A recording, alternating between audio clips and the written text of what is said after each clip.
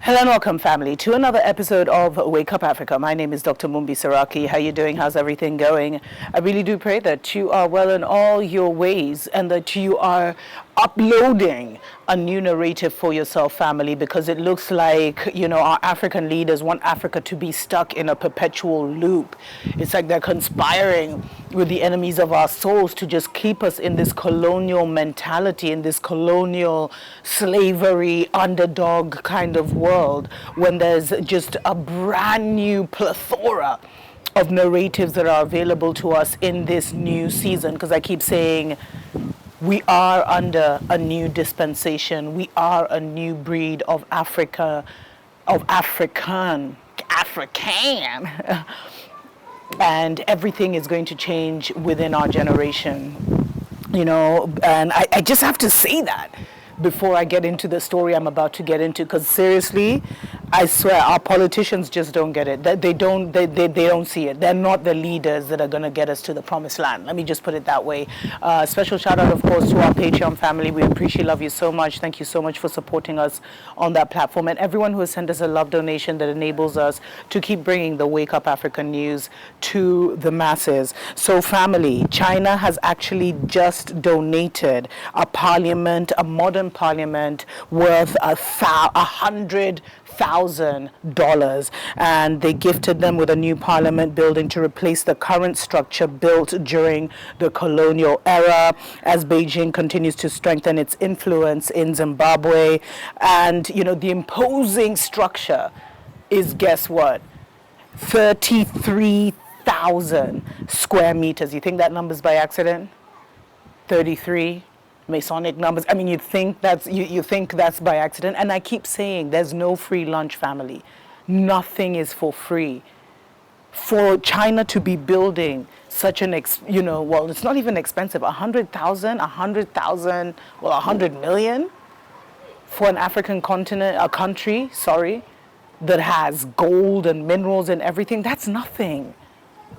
We cheapen ourselves too much sometimes, and they say, so they talk about all the specs. It has the parliament can accommodate 400 people, the Senate can accommodate 150 people, and it's massive, man. 600 rooms in this office building. And they talked about how, the other previous building the other major infrastructure that had been built in the last couple of decades was also by China when they built the national stadium in Harare, etc., etc., etc. And they actually broke ground, get this, in 2018, around the time when the African Union was complaining about how the Chinese-built African Union headquarters had been spied on by China for like 5 years. I don't know if you guys remember that story. I covered it extensively here. And, it was just such an international embarrassment. Of course, China later came out and tried to spin the narrative and say it was all fake news. That never happened. I think at the time, the head of the AU then was Kagame. And I think he said something like, oh, we have nothing to hide. But anyway, that didn't happen. All these guys are sold out, man. Half of them are even clones, but anyway, let me not get into that. It's just for me, it's so symbolic, because I've stopped looking at just physical acts as just how they happen, but trying to take that bigger look at the narrative. What kind of story is this writing for future generations? What story is it writing for current Zimbabweans? That they've moved out of their colonial era parliament, their leaders are moving out of their colonial era parliament, which was built by the colonizer, to a brand new parliament that they could have built for themselves if there hadn't been such rampant corruption from both the oppressed and the oppressor side. And right now, in fact, Zimbabwe is very heavily indebted to China to the tune of, their external debt is 14.4 billion. China has been for a long time the only economic superpower that even lent or gave loans to Zimbabwe. So they feel kind of this kindred connection. This was even from Mugabe days, family.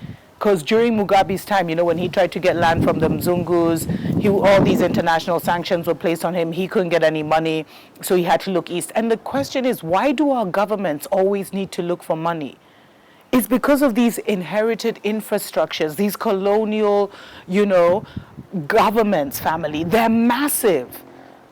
They have such a high expenditure just to run the colonial, governmental system costs so much money that the presidents often find themselves entrapped the minute they get in there, even if you have a liberation agenda. It's almost impossible for you to implement it because of, you're bound the minute you get in there.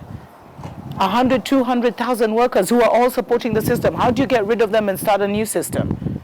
It's almost impossible.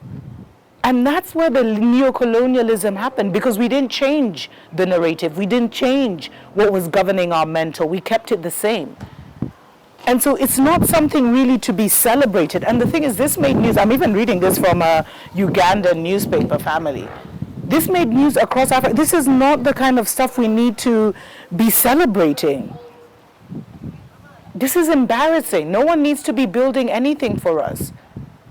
And you think China hasn't made this 100 times over for them to be gifting you something? Because nothing is for free.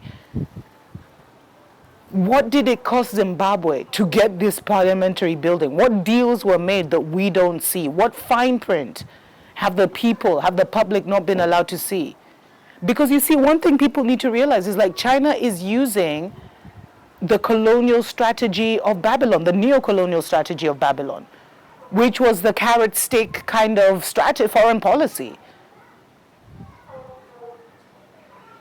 And so they have been heavily loaning us, heavily indebting us.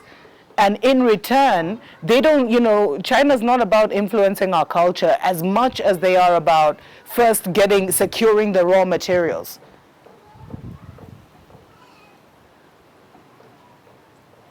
And there's a Chinese friend of mine who was like, you guys, the reason Africa's losing is because you don't have intelligent people at the negotiating table, so it's too bad for you. No, we have people who can easily be compromised. And you see a lot of African leaders go to these negotiating tables without having studied the people they're going to negotiate with, without fully understanding the long history. Whereas the Chinese, the Europeans, they study us. And then they study those kind of characters that are in parliament. Some have even been put there by them. And so they know these people are easily compromisable. They know the easy ways they can get them.